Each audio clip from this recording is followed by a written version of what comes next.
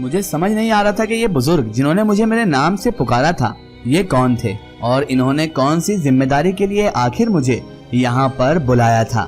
मैंने सोचा जिंदगी में वैसे भी कब कहाँ सही कुछ हुआ है, अजीब किस्सा मालूम होता है, चलो इनके साथ चल ही चलता हूँ। क्या अजीब किस्सा है ये भी तो मालूम पड़े कि हो क्या रहा है मेरे साथ। उन बुजुर्ग का नाम गयास अली बताया गया था और शहरयार भी उन्हें गयास चचा नाम से ही पुकार रहा था, इसलिए मुझे ये नाम अब पता चल गया था। मेरे इन करम फरमा बुजुर्ग का नाम गयास अली था और उन्होंने मुझे शाजिल के नाम से ही पुकारा था। गोया ये कोई वहम नहीं रह गया था, अलबत्ता ये मैंने जरूर महसूस कर लिया था कि मैं इनके सामने किसी भी तरह की कोई हैरत का इजहार नहीं करूंगा कि मुझे कुछ पता ही नहीं है। उन्होंने मुझे अपने मावरत यानी कि उन्होंने अपनी मदद के लिए मुझे यहाँ पर बुलाया था। इसके बाद हम गाड़ियों में बैठकर वहाँ से चल पड़े। वो जो मालिकान थे, जो मालिक लोग थे, वो शानदार गाड़ियों में बैठकर वहाँ से निकल चुके थे। गयास अली साहब खुद कार ड्राइव कर रहे थे जिसमें उनकी बराबर वाली सीट पर उनके साथ मैं बैठा हुआ था। गयास अली साहब ने तभी कहा, मंसूर साहब बहुत अच्छे इंसान हैं और बेटे सबसे पहली बात यह है कि जिसका नमक खाया जाए उसी की वफा भी की जानी चाहिए। नमक हरामी किसी भी इंसान को नहीं करना चाहिए। जिसका नमक खाते हो उसकी वफादारी तो जरूरी है। मैं वक्त से पहले तुम्हें सूरत हाल से आगाह कर रहा हूँ।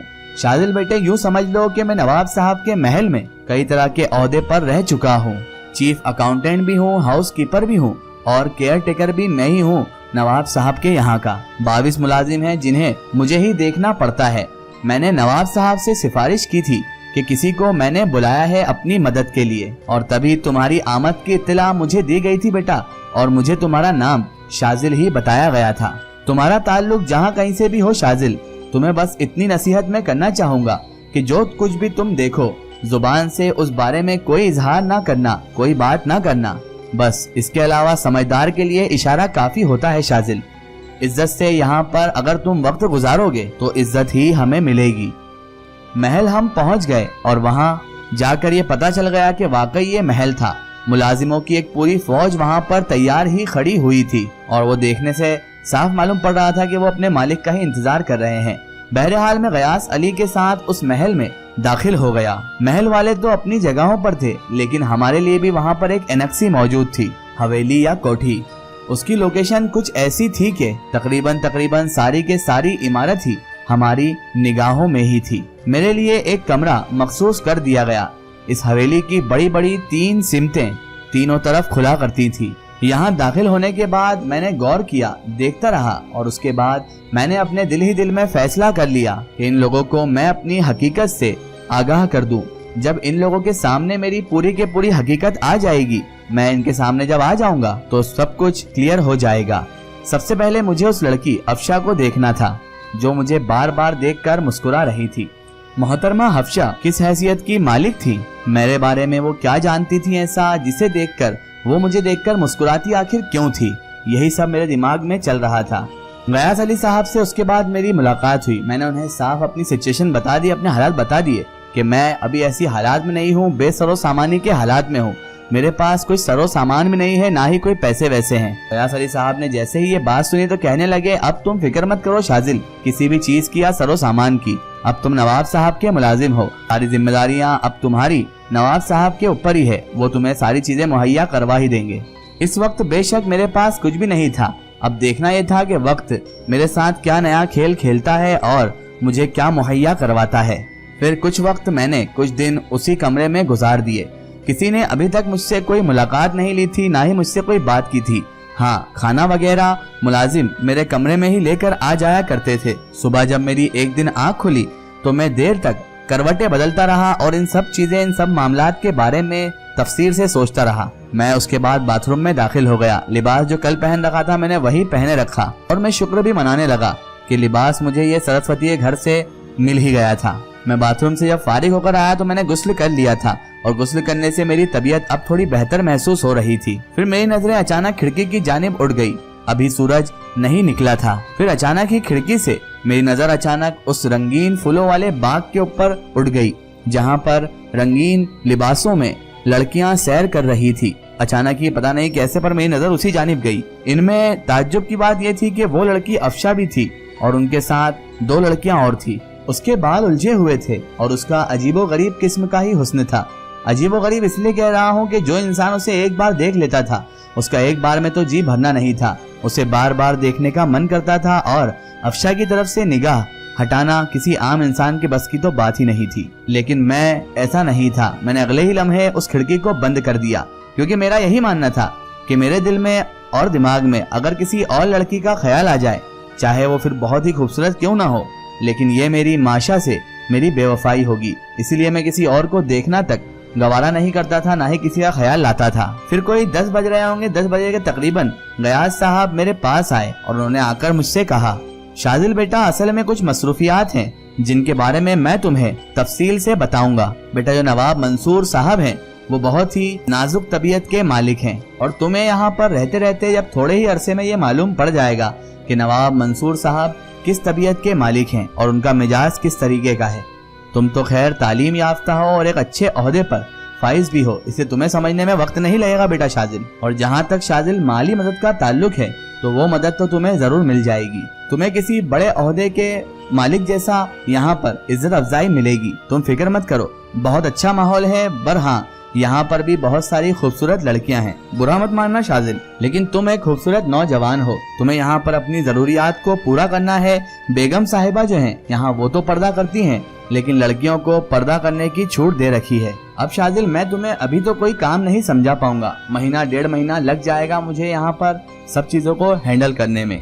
हाँ शाजिल, मैं तुम्हें जो बात कहने आया वो तो बता दूं। थोड़ी देर बाद हमारा मुलाजिम यहाँ पर आएगा दर्जी को साथ लेकर। वो दर्जी तुम्हारा नाप लेकर चला जाएगा, तुम्हारे कपड़े अच्छे अच्छे तैयार किए जाएंगे ताकि तुम यहाँ पर अच्छे ओहदे पर होने के साथ साथ अच्छे लिबास से भी सरफराज हो। हाँ शाजिल, ये एक और लिफाफा हमारी तरफ से, ये समझ लो कि 3 महीने की एडवांस पगार है तुम्हारी, 3 महीने की एडवांस तनख्वाह है।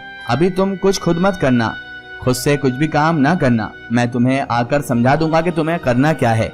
इतनी सारी महलियत देखकर मैंने गयास अली साहब से पूछ लिया कि ये सब सारी तकल्लुफात देखकर मुझे यकीन ही नहीं आ रहा है कि आपने जिस काम के लिए मुझे चुना है मैं वो काम कर भी सकूंगा या नहीं, और मुझे यहाँ पर किस लिए बुलाया गया है मुझे ये भी नहीं पता। तो वो कहने लगे, बस शाजिल, मैंने तुम्हें कहा ना कि अच्छे लोगों की हमेशा मदद ही करनी चाहिए। बहरहाल शाजिल, अभी कुछ मेहमान आने वाले हैं, अब मुझे जाना होगा, कुछ इंतजामात उन मेहमानों के लिए करना है। और हाँ, ये मेहमान हमारी अफशा बेटी के सिलसिले में ही आ रहे हैं। नवाब साहब की लड़की जो अफशा बेटी है ना, उनके सिलसिले में ही ये मेहमान हमारे घर आ रहे हैं।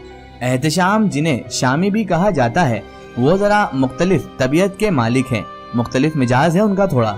अफशा से उनका रिश्ता तय कर दिया गया है, उन्हीं की खातिर मदारत हो रही है, समझे शाजिल मियाँ। इसके अलावा भी शाजिल, अगर और कोई सवाल तुम्हें पूछना है तो पूछ लो, मैं तुम्हें जवाब देकर मुतमईन कर दूंगा उस सवाल का।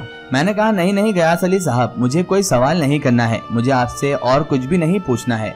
वो चले गए तो मैं उलझन में उलझ गया। मेरे दिमाग में बहुत सारे सवालों जवाब थे, लेकिन गयास अली साहब से वो सवाल करना ठीक वक्त नहीं था। मुझे बताना तो चाहिए था गयास अली साहब को कि आखिर मुझे यहाँ क्यों बुलाया गया है। बहरहाल ये वक्त का ही तकाजा था, इसीलिए मैं कुछ नहीं बोल सकता था। मुझे बस एक ही चीज की खलिश थी कि मुझे पता नहीं कौन से नए काम के लिए यहाँ पर बुलावा दिया गया है और मुझे पता नहीं क्यों यहाँ पर लाया गया है। मुझसे कौन सा ऐसा काम करवाना चाहते हैं जिसके लिए इन्होंने एक अजनबी तक पर भरोसा कर लिया और मुझे यहाँ पर लेकर भी आ गए, अपने घर में भी रख लिया और अपने घर के बारे में सब कुछ बताते भी जा रहे हैं। बेशक ये बात हकीकत है कि मेरा नाम शाजिल ही है और गयास अली साहब ने सही नाम से मुझे पुकारा है, लेकिन उनकी मुलाजमत के लिए मुझे यहाँ पर बुला लेना, मैंने यहाँ पर मुलाजमत का कहा भी नहीं था और ना ही मैंने कोई दरख्वास्त डाली थी मुलाजमत की, तो फिर कैसे ये लोग मुझे मुलाजमत के लिए यहाँ पर लेकर आ गए। ये गैबी मदद समझूं या फिर कोई नाजिम अरसलान का जाल। ना मैं यहाँ पर मुलाजमत करना चाहता था, ना ही मैंने कोई ऐसी अपील की थी, ना मैं यहाँ रहना चाहता था।